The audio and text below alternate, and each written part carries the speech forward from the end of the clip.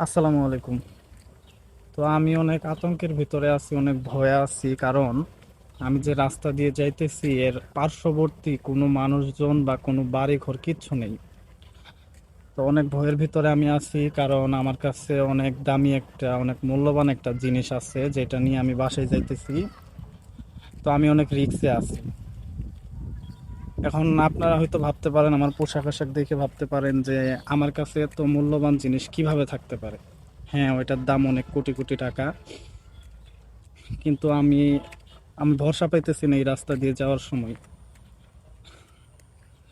আপনাদের হয়তো মনে কৌতূহল জাগতে পারে যে কি এমন জিনিস এত টাকা দামের, যে আমি আমার মতো একটা মানুষ নিয়ে যাইতেছে, আপনাদের বিশ্বাস করতে হবে।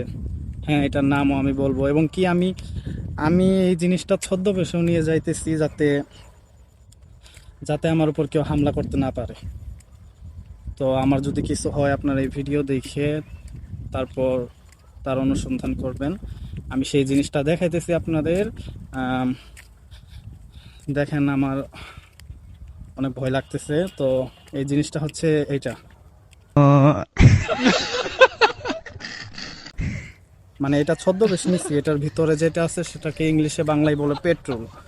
তো অনেক বড় বড় লোকদের এখন স্বপ্ন, কোটি কোটি টাকার মালিকদের এখন স্বপ্ন এই জিনিসটা।